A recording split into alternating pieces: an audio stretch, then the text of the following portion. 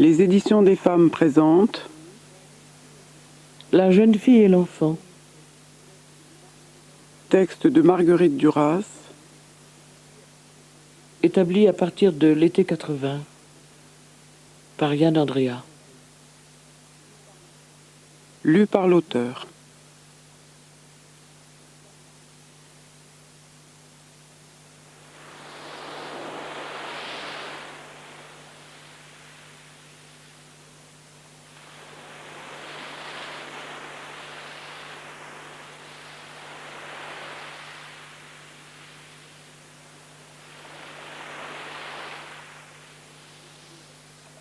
Il pleut.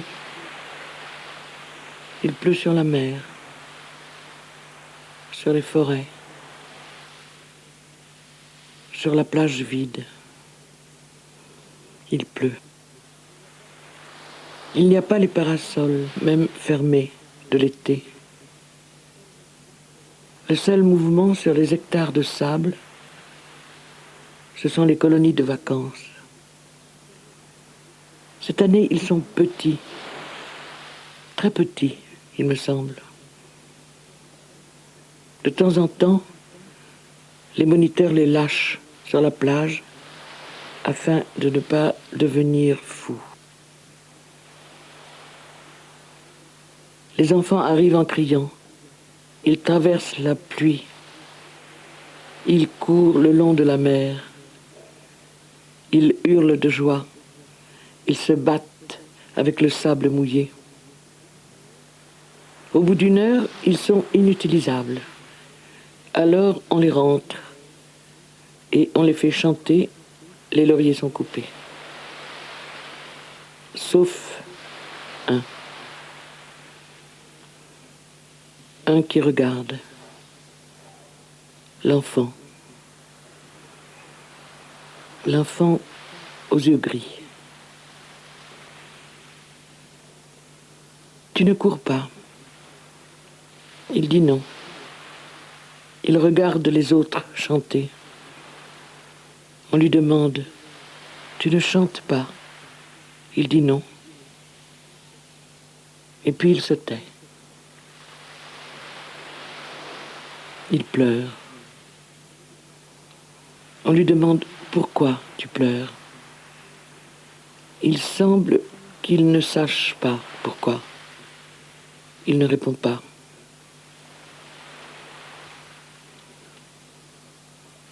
On voudrait que tout fût de cet infini-là. Celui de la mer et celui de l'enfant qui pleure. Les mouettes sont là, tournées vers le large, le plumage lissé par le vent fort. Elles restent ainsi, posées sur le sable,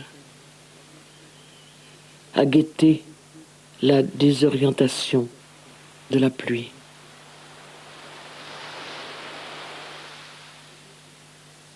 Toujours cet enfant seul, qui ne court ni ne chante, et qui pleure.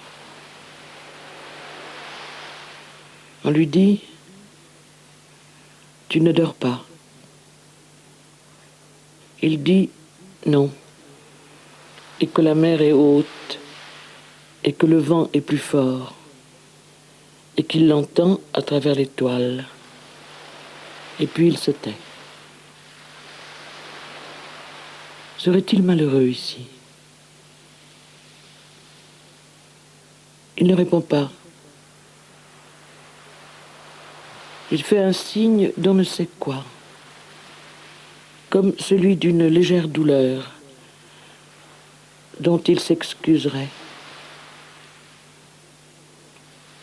Et tout à coup on voit que la splendeur de la mer est là, là aussi, dans les yeux de l'enfant.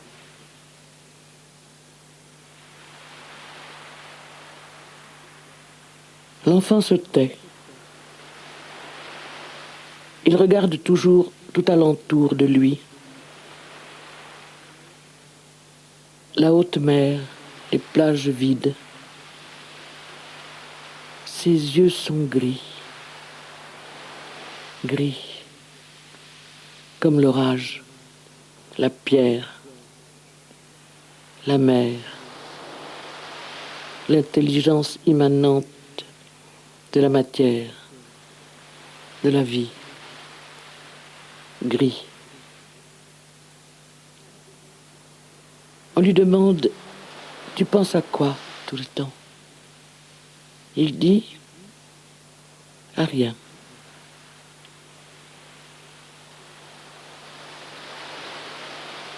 Sur le gris du ciel, il y a un cerf-volant,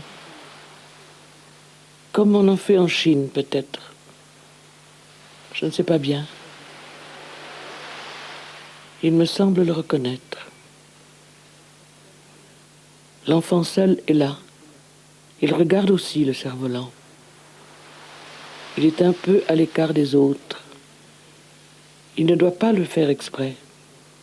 Il en est toujours comme d'un retard qu'il prendrait sur le premier mouvement des autres.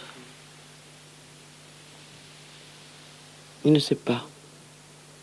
Il ne sait pas que sur cette plage, il y a quelqu'un qui le voit, qui le regarde. Moi. Il s'est retourné et il a regardé derrière lui. Le vent, dirait-on, qui changeait de sens. L'enfant va vers le cerf-volant et s'arrête. C'est la première fois que je vois le corps de l'enfant aussi près de moi. Il est maigre, grand, 6 ans sans doute. Le cœur bat. On a peur. Dans les yeux de l'enfant, il y a de la souffrance. Le cerf-volant part comme un fou dans la direction de la mer, et puis il tombe mort. Il est pris dans les pièges du vent.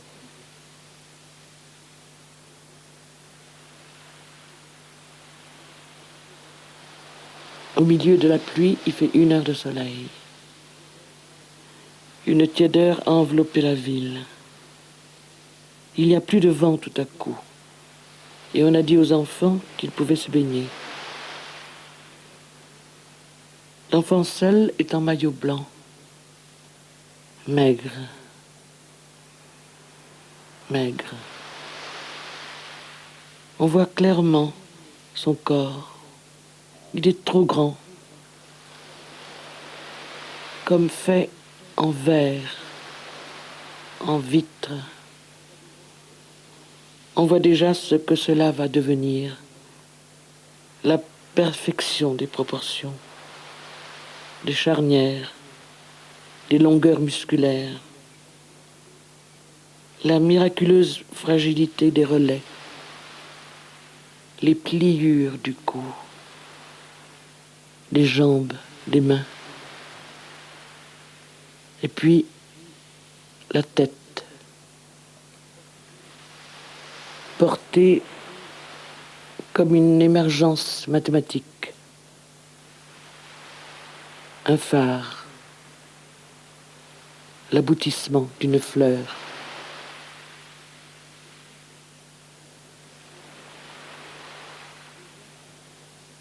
Le vent a recommencé. Et de nouveau, le ciel est devenu noir. La mer est redevenue à perte de vue. Le théâtre de la pluie. Le long du mur, sous l'auvent, il y avait l'enfant. Il regardait la mer. Il jouait avec des cailloux ramassés sur la plage. Il portait un vêtement rouge. Ses yeux étaient plus clairs que d'habitude, plus effrayants aussi, à cause sans doute de l'amplitude aveugle de ce qu'il y avait à voir.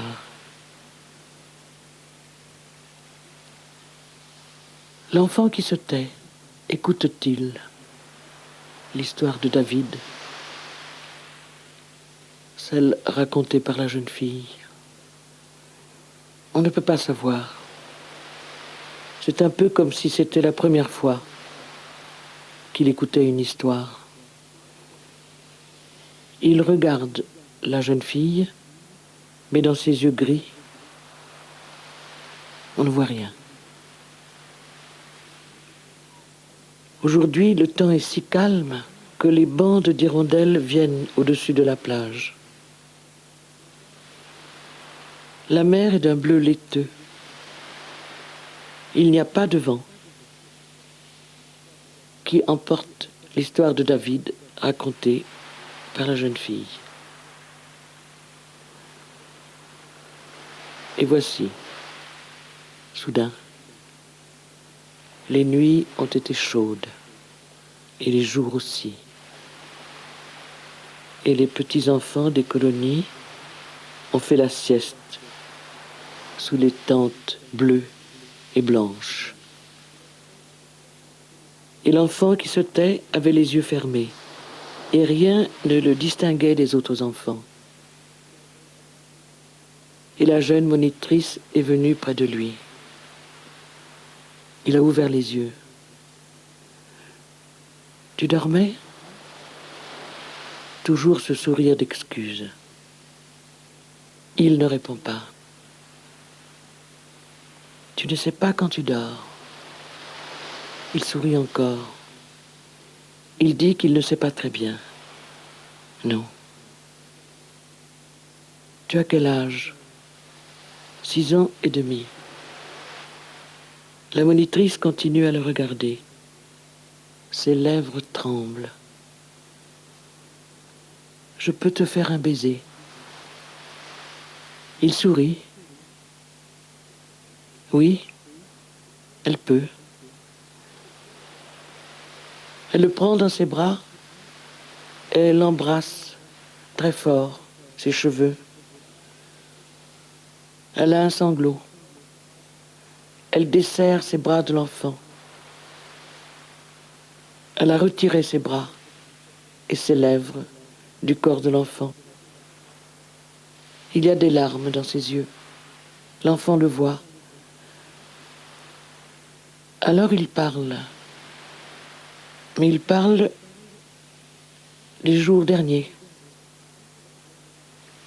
Il dit qu'il regrette les jours quand il y avait la tempête, les vagues fortes, la pluie.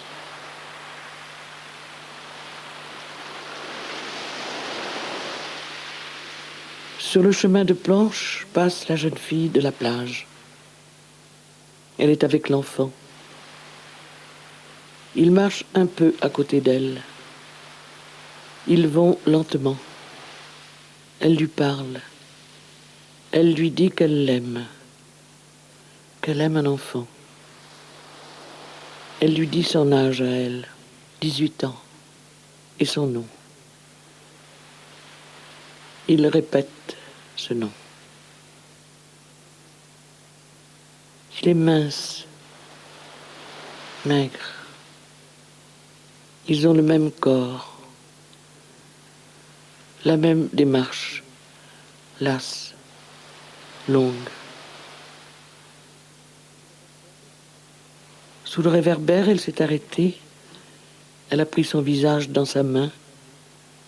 Elle l'a levé vers la lumière pour voir ses yeux, dit-elle, gris.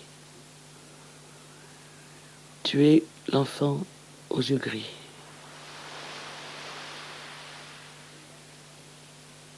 Elle lâche le visage. Elle lui parle encore. Elle lui dit qu'il se souviendra toute sa vie de cette soirée d'été. Elle lui dit que lorsqu'il aura 18 ans,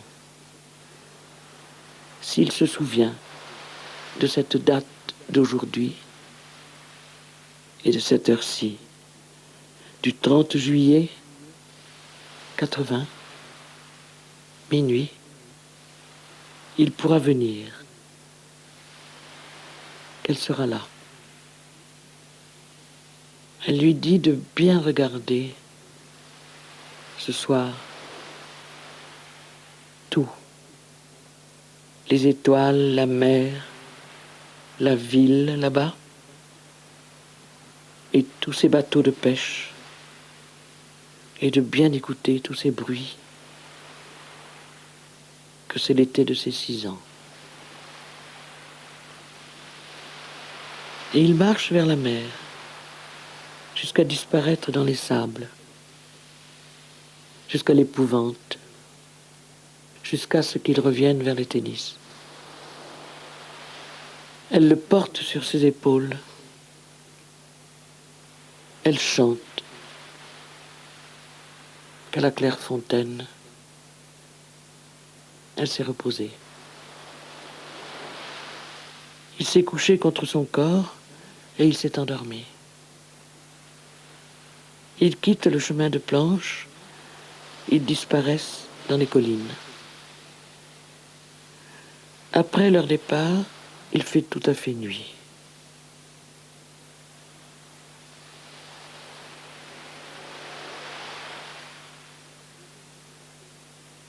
Le jour vient très tôt s'emparer du sommeil.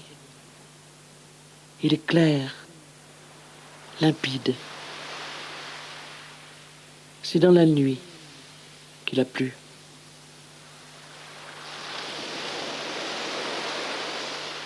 Ce matin, le ciel est de lac bleu. Le soleil est encore derrière les collines. Sur le chemin de planche, l'enfant est passé. Je le regarde. Je le regarde jusqu'à ce qu'il disparaisse. Et puis je ferme les yeux pour retrouver en moi l'immensité du regard gris.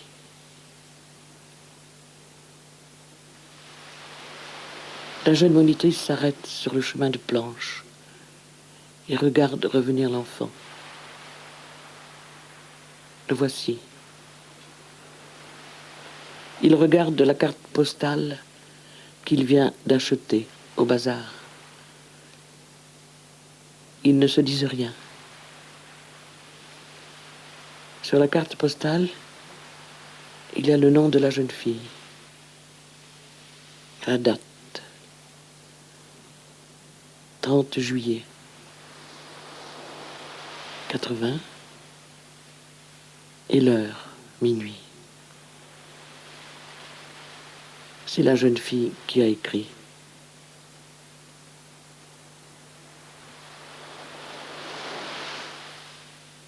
Dans la mer, de même que dans le sommeil, je ne distingue pas l'enfant des autres enfants. Je le vois quand elle le rejoint.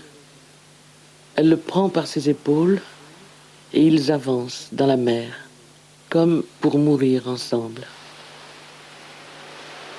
Les voici. Ils sortent de la mer. C'est elle qui essuie son corps. Et puis elle le laisse. Elle retourne dans la mer. Il la regarde. Le soleil est maintenant sorti des collines et inonde la plage, la mer, l'enfant. Elle marche encore, loin. À marée basse, il faut marcher loin pour atteindre la mer profonde.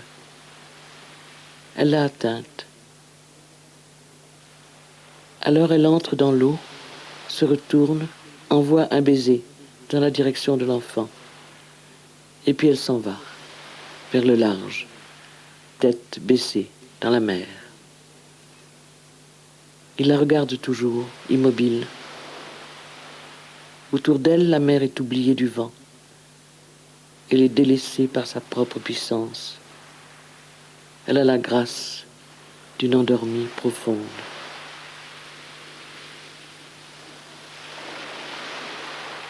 L'enfant s'est allongé. Autour de lui, tournoie le monde.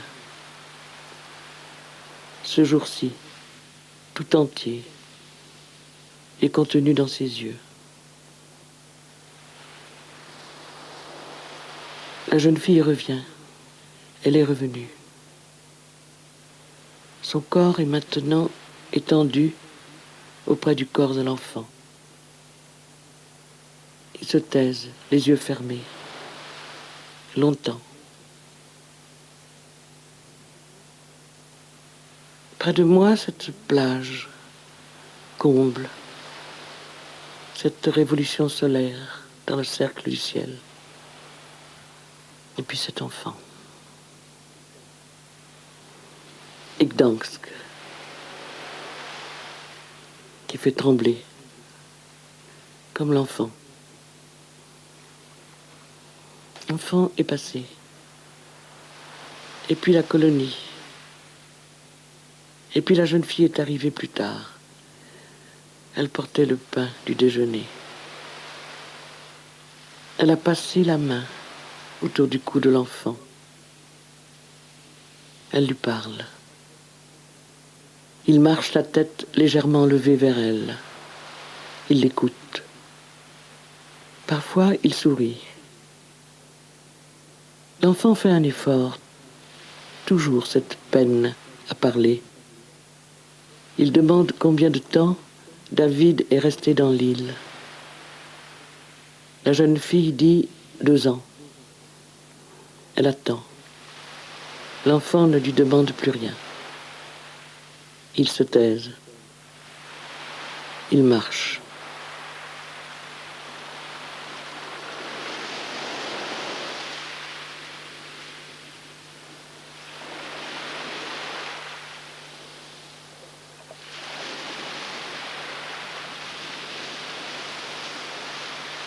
De l'autre côté des vitres, la nuit est venue.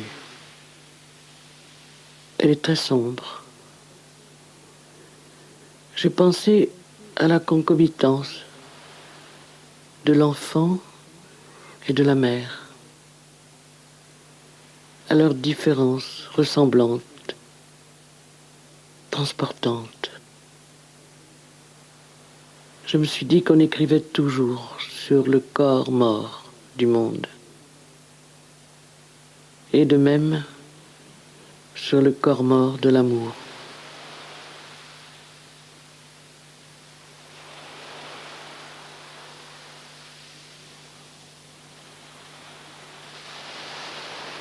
Les colonies de vacances ont traversé de tout. Elles chantaient. Il y avait là l'enfant aux yeux gris. Près de lui, elle, toujours, la jeune fille. Il s'est assis près d'elle. Tout le monde a chanté, excepté eux, l'enfant et la jeune fille. Pourquoi tu ne veux pas chanter? Alors l'enfant a regardé ces gens, comme s'il se réveillait tout à coup, dans un étonnement un peu effrayé. Et il a dit, je ne veux pas chanter. Et puis ils sont partis. La jeune fille et l'enfant sont partis de l'autre côté du môle, vers les collines d'argile et les rochers noirs. Et là, elle a chanté pour l'enfant, que la claire fontaine, elle s'était promenée, que sur la plus haute branche d'un chêne, un rossignol chantait, et que jamais elle ne l'oublierait.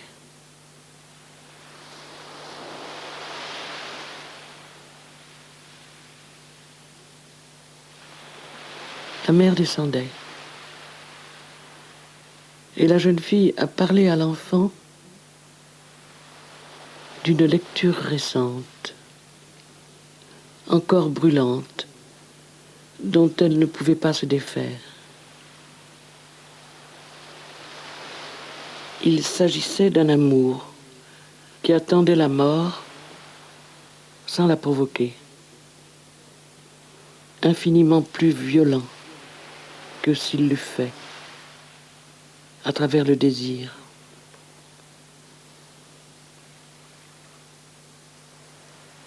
La, la, la, la, la, la.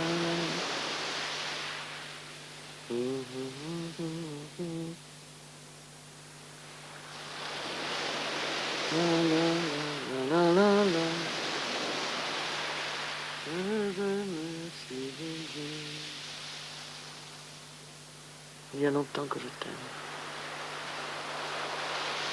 Jamais. Je t'oublierai.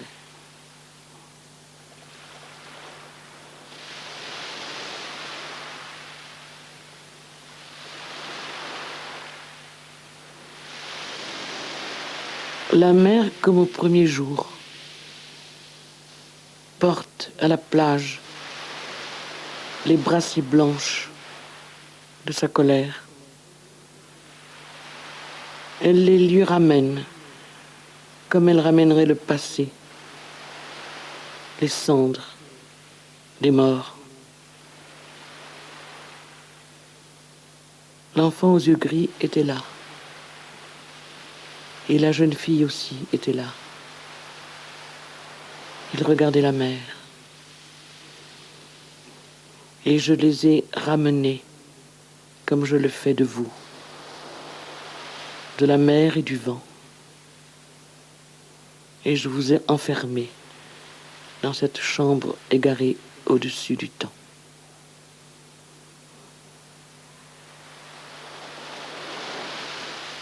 L'enfant n'avait jamais vu une tempête aussi forte, et sans doute avait-il peur. Alors la jeune fille l'a pris dans ses bras, et ils sont entrés ensemble dans l'écume des vagues. L'enfant était dans l'épouvante. Il avait oublié la jeune fille. Et c'est dans cet oubli-là qu'elle a vu les yeux gris de l'enfant dans leur pleine lumière. Alors elle a fermé les yeux et elle s'est retenue d'avancer plus avant, dans l'écume profonde. L'enfant regardait, toujours, les vagues, leur arrivée et leur départ. Le léger tremblement de son corps avait cessé. La jeune fille, le visage détourné de la mer, mangeait les cheveux de l'enfant. Leur odeur, celle du vent. Elle a demandé à l'enfant s'il avait froid. Il a dit que non.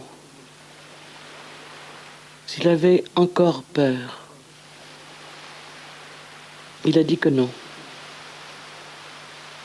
Il lui a demandé si elle ne pouvait pas avancer plus, là où les vagues se cassaient. Et elle a dit que si elle le faisait, il était probable que la force de la mer les arracherait l'un à l'autre et qu'elle l'emporterait, lui, l'enfant. L'enfant a souri. Après, ils sont partis, tous les deux, dans la direction du nord, vers les prairies marécageuses de la baie, devant les quais du Havre. Et la plage est redevenue vide. Ils ont traversé les sables découverts et ils sont allés dans la baie, du côté des pieux noirs, vers le chenal. À cet endroit, la plage est vaseuse, dans les creux. Et la jeune fille a encore porté l'enfant. Ils ont traversé l'immensité, les sables de la baie. Les pieux grandissaient à mesure qu'ils avançaient. Et puis la jeune fille a posé l'enfant. Et ils ont traversé le dernier banc de sable avant le fleuve.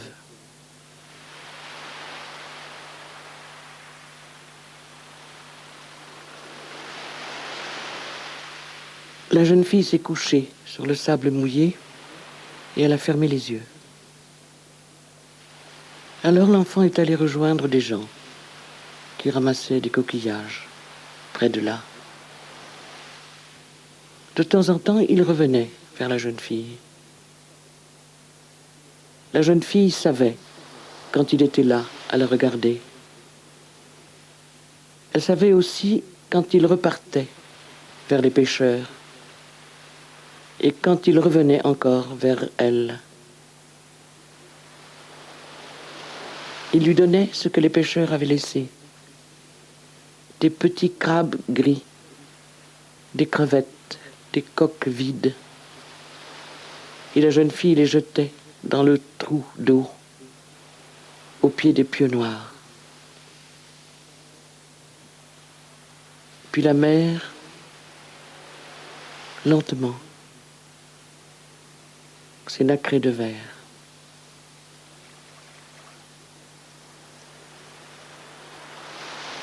La longue file des pétroliers d'Antifer est devenue plus sombre.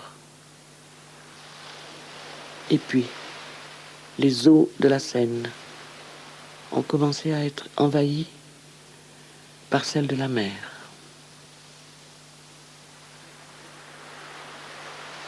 L'enfant est revenu avec la jeune fille. Il a regardé tout autour de lui. Elle l'a longuement regardé. Et elle lui a dit, « Tu es l'enfant aux yeux gris. Tu es ça. »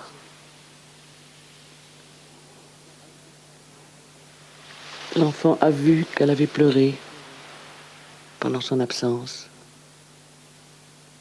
Le temps qui passait vers l'automne, la fin de l'été.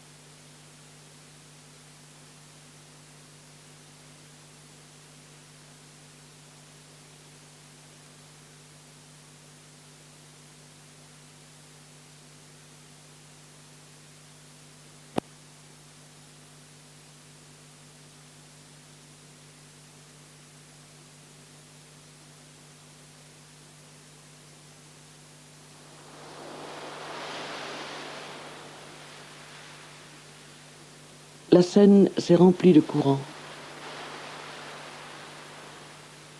Elle était repoussée par la force de la mer qui remontait. Il a fait froid, tout à coup. La jeune fille a porté l'enfant tout au long de la traversée de la baie. Elle le serrait contre elle très fort et elle embrassait son corps. L'enfant regardait vers le chenal. Peut-être avait-il peur, parce qu'ils étaient maintenant seuls sur toute l'étendue du sable. La jeune fille a dit à l'enfant qu'il ne fallait plus avoir peur. Elle l'a posé et ils ont marché dans le chemin, entre les champs.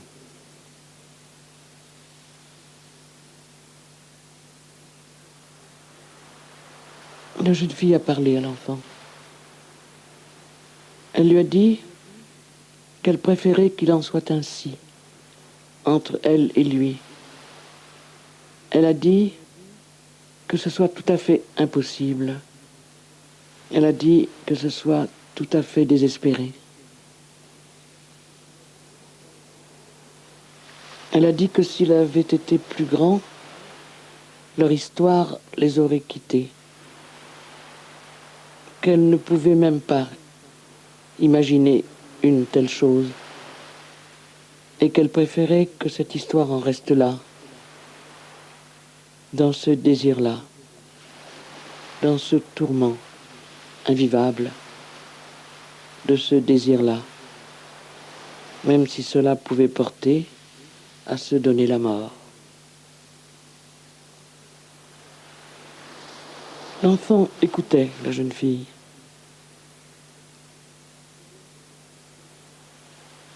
Elle lui a dit qu'il se souviendrait de ce chemin, de ces arbres noirs. Et puis la jeune fille a chanté qu'à la claire fontaine, elle s'était reposée. Et que sur la plus haute branche d'un chêne, un rossignol avait chanté. Et que jamais, jamais, elle ne l'oublierait.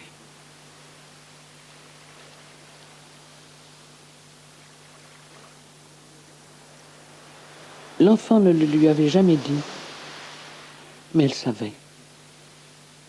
Elle savait que l'enfant aimait cette chanson-là. Lorsqu'elle la chantait, l'enfant ne regardait plus rien, et sa main, dans la sienne, devenait comme privée de vie.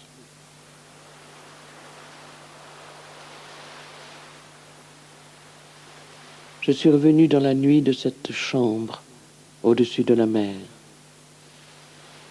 et dans son silence. Vous êtes là. C'est fait.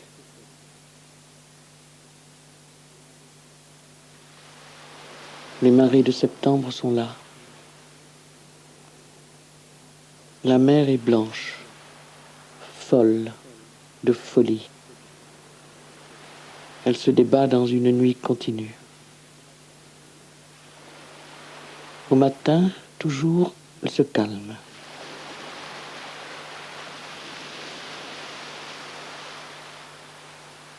Je suis dans la chambre noire, vous êtes là.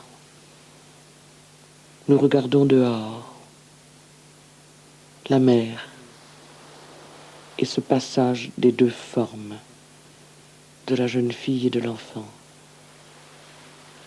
Elle marche le long de la blancheur, sur la plage. Elles ne se parlent pas. Il n'y a pas de vent. Le vent ne vient que la nuit, avec le changement de la marée. Nous sommes enfermés dans l'espace de la mer, avec sa folie.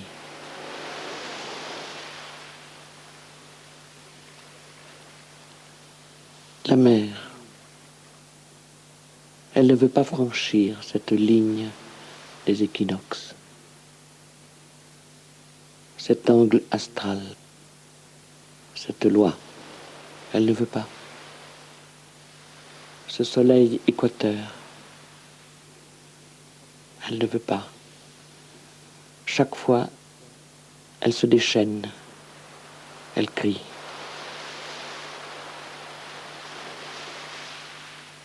La plage est vide comme la chambre. La jeune fille et l'enfant sont seuls. Je les regarde en votre présence, vous qui connaissez l'histoire, vous sans qui je n'en dirai rien. Ils marchent le long de la blancheur, dans le soleil blanc, qui de temps en temps s'engouffre dans les trous du ciel noir.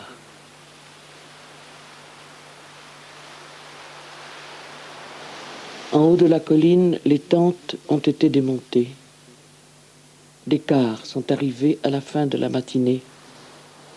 On a chargé les valises des enfants. On attend l'heure, 4 heures, et qu'ils reviennent. Elle est partie vers la plage, sans prévenir. Elle a emmené l'enfant. Viens. Du haut de la colline, on les suit des yeux. La peur. On dit, elle ne va pas rendre l'enfant. On dit, elle va le tuer, se tuer. On dit, ils ne quittent pas la plage. Tant qu'ils ne la quitteront pas, il n'y a pas à avoir peur.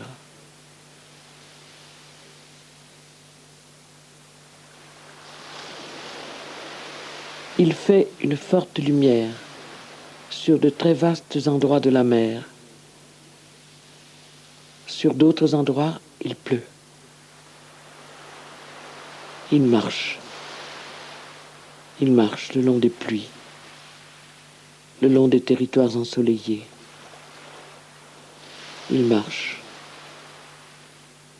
Et je les regarde de la chambre noire. Je les vois bien. Je vois le gris des yeux de l'enfant, rempli des cristaux du regard. Je vois le gris profond et uni de la mer, la forme de leur corps, les espaces de la pluie à venir. Vous me regardez les voir, comme eux, nous sommes séparés. Les cars partiront vers 4 heures de l'après-midi. Elle marche devant lui. Il la suit. Ils ne se parlent pas.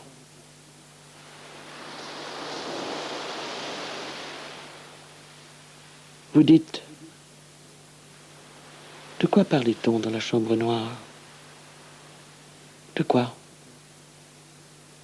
Je dis de même que vous, ne plus le savoir. Des événements de l'été, sans doute. De la pluie et de la faim. Du temps mauvais.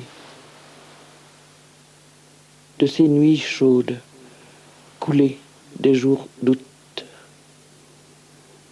De l'ombre fraîche des murs. De ces jeunes filles cruelles qui prodiguaient le désir. De ces hôtels, de ces couloirs, de ces hôtels, de ces chambres délaissées où se faisait l'amour et les livres, de la chambre de son martyr, de ces soirées si lentes. Vous vous souvenez, lorsqu'elle dansait devant lui, suppliciée de désir et de douleur, au bord d'en perdre la vie et dans la jouissance éperdue d'en mourir. De Mozart aussi, et du bleu de minuit sur les lacs arctiques, du jour bleu de minuit sur les voies, le cœur en tremble. Oui, sur les voies de Mozart. De cette façon aussi que vous aviez de ne rien faire, de cette façon à elle qu'elle avait d'attendre, de cette façon à vous d'attendre de même sur des divans face au dehors, de la Pologne aussi et de Dieu, de la carte postale ramenée du bazar par l'enfant aussi, afin qu'elle y écrive une date et le nom d'un lieu et l'heure d'un rendez-vous.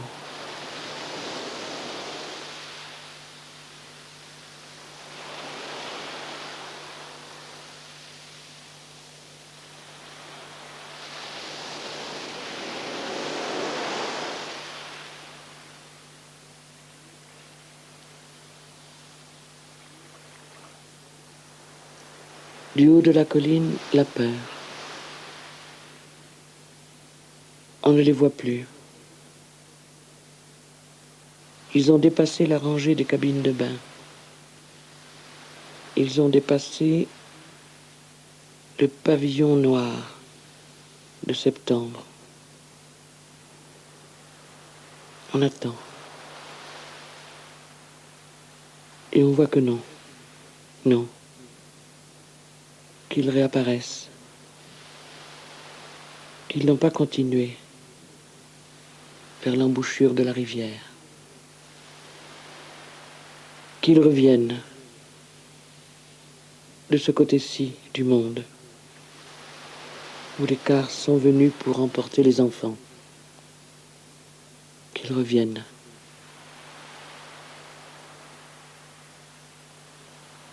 Voici, je les vois. Elles chantent cette chanson pour que passe le temps avant le départ des cars.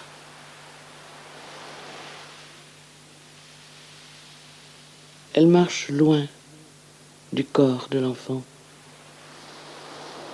Elles ne le regardent pas. Jamais. Pas une fois.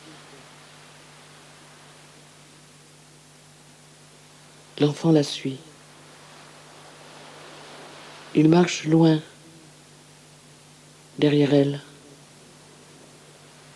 Il sait qu'elle ne veut pas qu'il s'approche d'elle. Il sait qu'elle ne se retournera pas.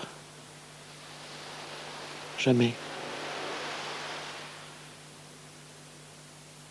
Elle chante imparfaitement le chant. Quelquefois, elle le tait. Et puis, elle le reprend à l'endroit juste. Comme si elle avait cheminé avec le chant. Tandis qu'elle le taisait. Elle chante dans des syncopes, des suffocations tuantes qui arrêtent sa voix. Il la regarde. Elle ne se retourne plus. Le regardera-t-elle encore une fois? Je ne sais pas. Je vous regarde, vous ne savez pas. Dans la chambre noire, je vous ai, à votre tour, enfermé. Dans cet espace illimité de la mer, je vous ai enfermé avec l'enfant. C'est fait. Cette couleur noire, sous mes yeux fermés, ces coups au cœur, c'est votre similitude définitive.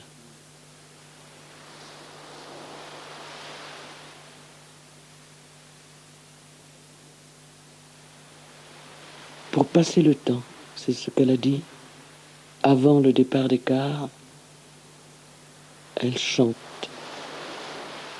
pour passer le temps.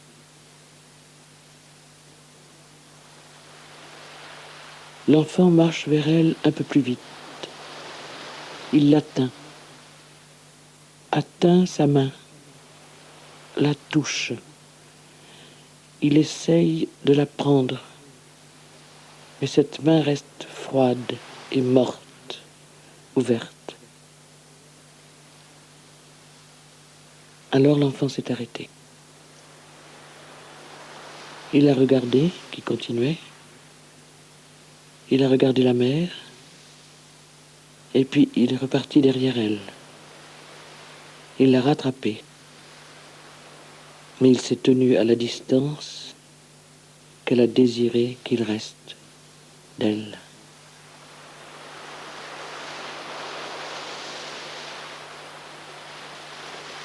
Un soir, c'était au début de l'été, elle le lui a demandé. Qu'est-ce que tu aimes le plus? Il avait cherché à comprendre la question.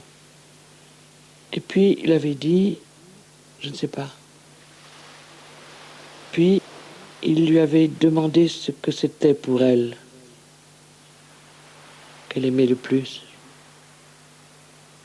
Et elle avait répondu, comme toi, la mer.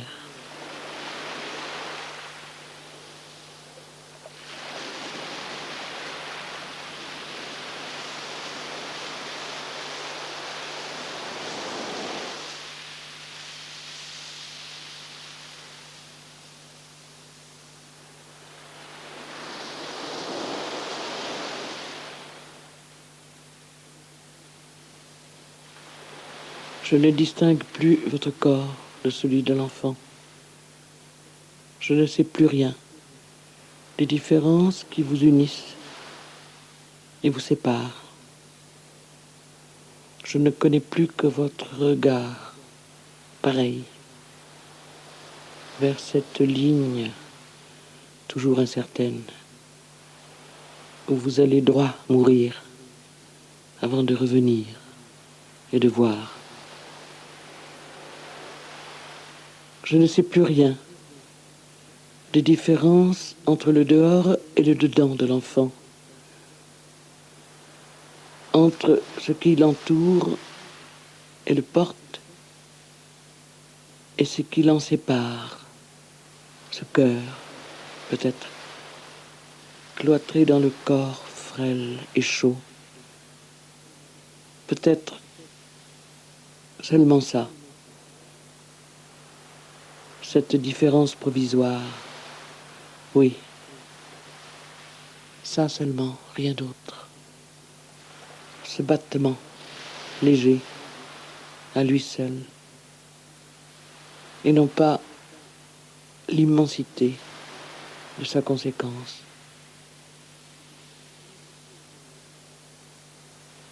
Je ne sais plus rien non plus des différences entre Gdansk et Dieu.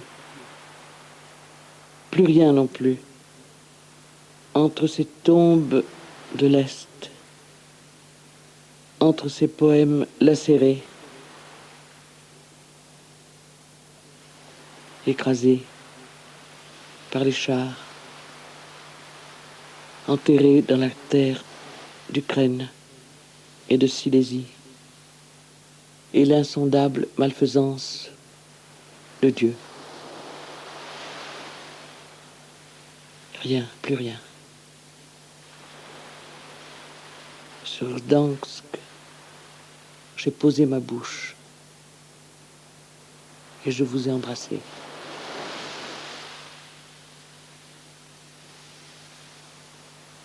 La jeune fille n'a plus regardé l'enfant, comme s'il n'existait pas, comme s'il n'avait jamais existé, comme s'il était puni d'être aimable au point d'en être maudit, comme s'il n'avait jamais existé, oui. Oui, c'est ça. Jamais, jamais. Comme si l'idée même de son existence ne l'avait jamais effleuré. Comme si tu n'existais pas.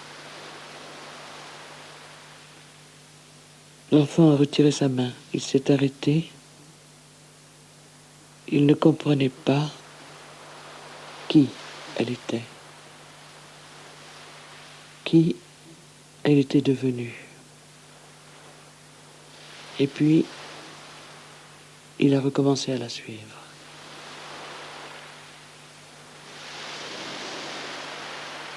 L'été est devenu gris. Le soleil est passé. Les pétroliers d'Antifer étaient toujours en ligne dans cet axe du Havre. Ils rentreront cette nuit avec la marée haute. Et ils resteront là, dans l'agonie des derniers jours de l'été.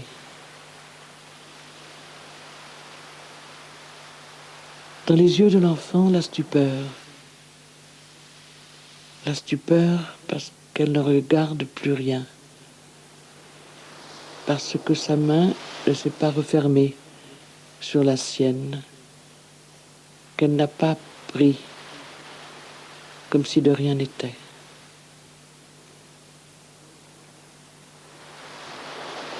Dans la chambre noire, rien ne survient plus. Tout serait possible dans la retombée d'un seul mot que je ne sais pas écrire, trouver,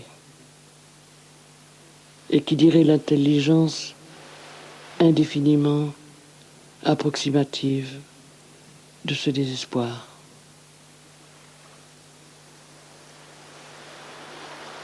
L'enfant voit qu'il est au-dessus de ses forces de comprendre cela. Il la regarde. Alors il y a la mer et le vent et la pluie, et les vagues fortes et la brûlure du sable. Et il y a de même cette femme sourde et dure, aux mains froides et ouvertes, blême de souffrance, qu'il ne veut plus quitter.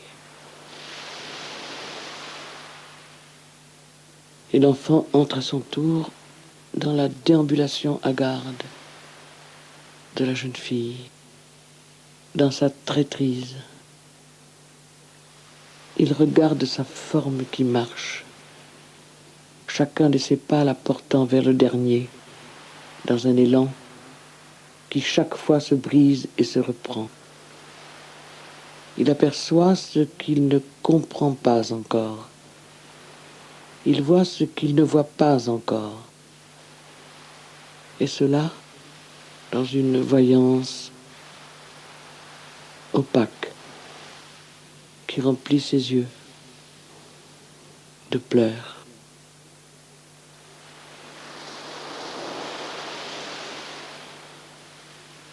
Elle a cessé de chanter et elle lui demande s'il veut qu'elle lui raconte l'histoire de David, l'enfant de l'île inconnue. Elle ne s'est pas retournée. Il dit non, qu'il ne veut pas qu'elle raconte. Elle dit « Je te dirai quand il faudra que tu remontes. Le cas rappellera. » Elle lui dit qu'elle ne peut pas bien chanter, mais qu'elle pourrait lui raconter un peu de cette histoire avant l'arrivée de l'heure. Tu sais, celle de la source et de ce requin. Alors il dit « Comme tu veux. » Alors elle dit qu'un jour, le requin est arrivé et qu'il a demandé à David de venir se promener avec lui dans les océans, qui voulait lui montrer une grande prairie sur la mer, la prairie des sargasses,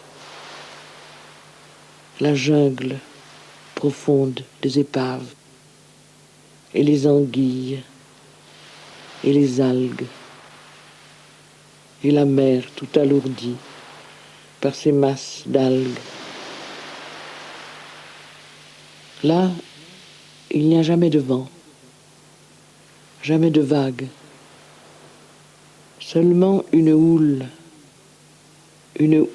longue et douce.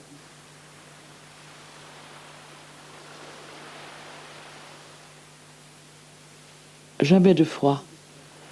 Et quelquefois, la mer devient blanche du lait d'une mère baleine blessée qui vient de mourir. Et on se baigne dans le lait, et on le boit, et on s'y roule, tout ensemble. Viens, David, viens.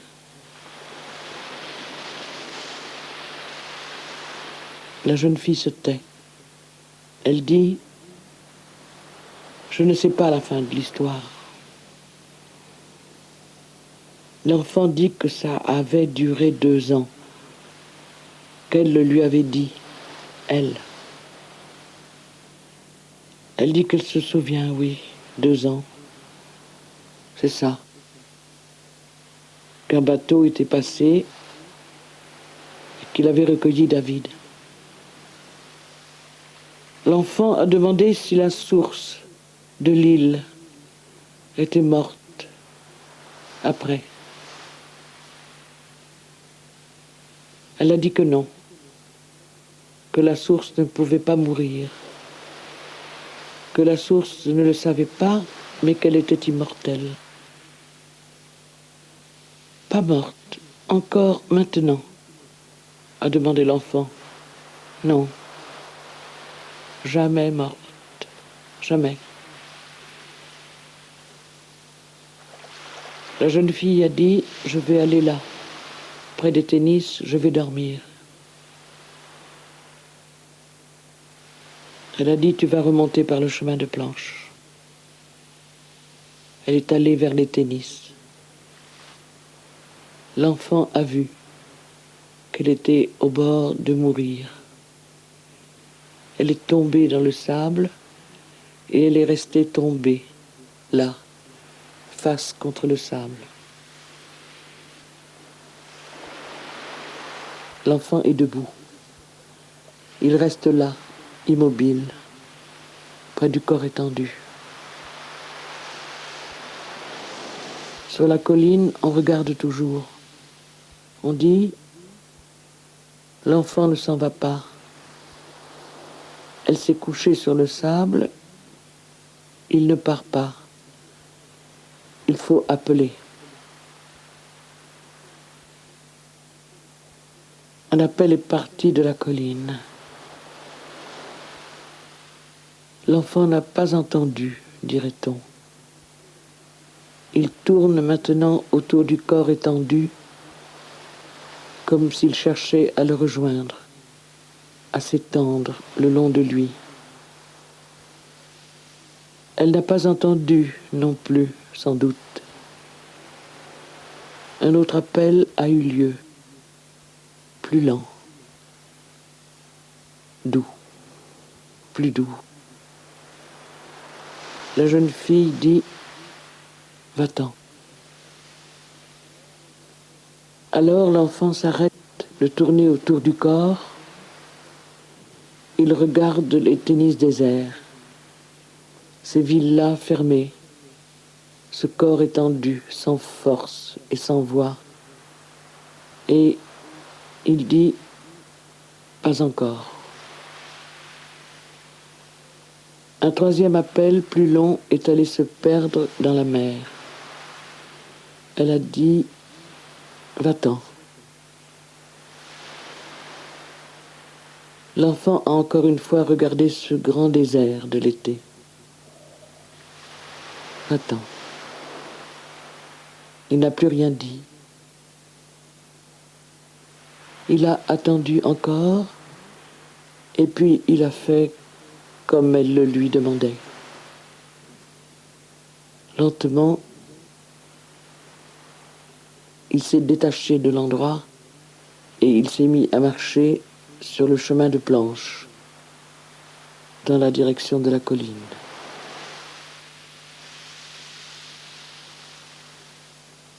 La tête contre le sol, elle ne regarde pas. Rien ne survient plus dans la chambre noire.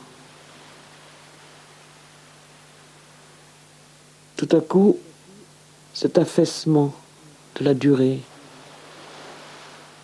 ces couloirs d'air, cette étrangeté qui filtre impalpable à travers les sables, la surface de la mer, le flux de la marée montante.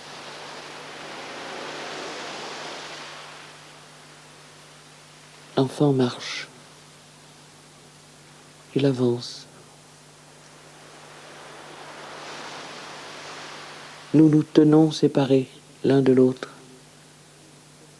Je ferme les yeux. Vous regardez pour moi.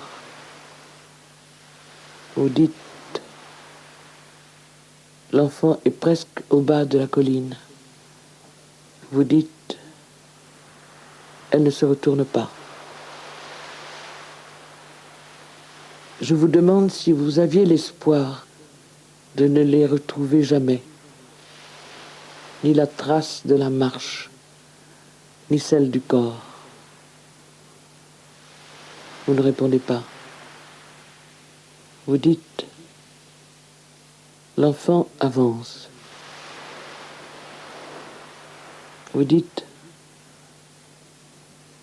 il est en train de disparaître. Vous dites que c'est fait. Je dis vous aimez. Vous dites,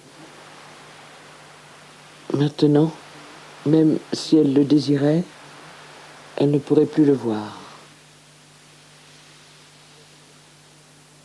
Vous dites, l'enfant a remonté la colline, il a atteint l'écart. J'ai ouvert les yeux sur le noir de la chambre. Vous êtes près de moi.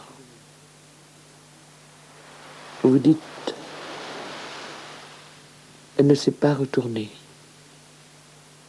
Que les cars ont descendu la grande côte au-dessus du môle. Qu'ils sont passés le long de la plage. Que la marée monte. Que le corps a dû disparaître de la plage peu après la venue de la nuit. Qu'il pleut.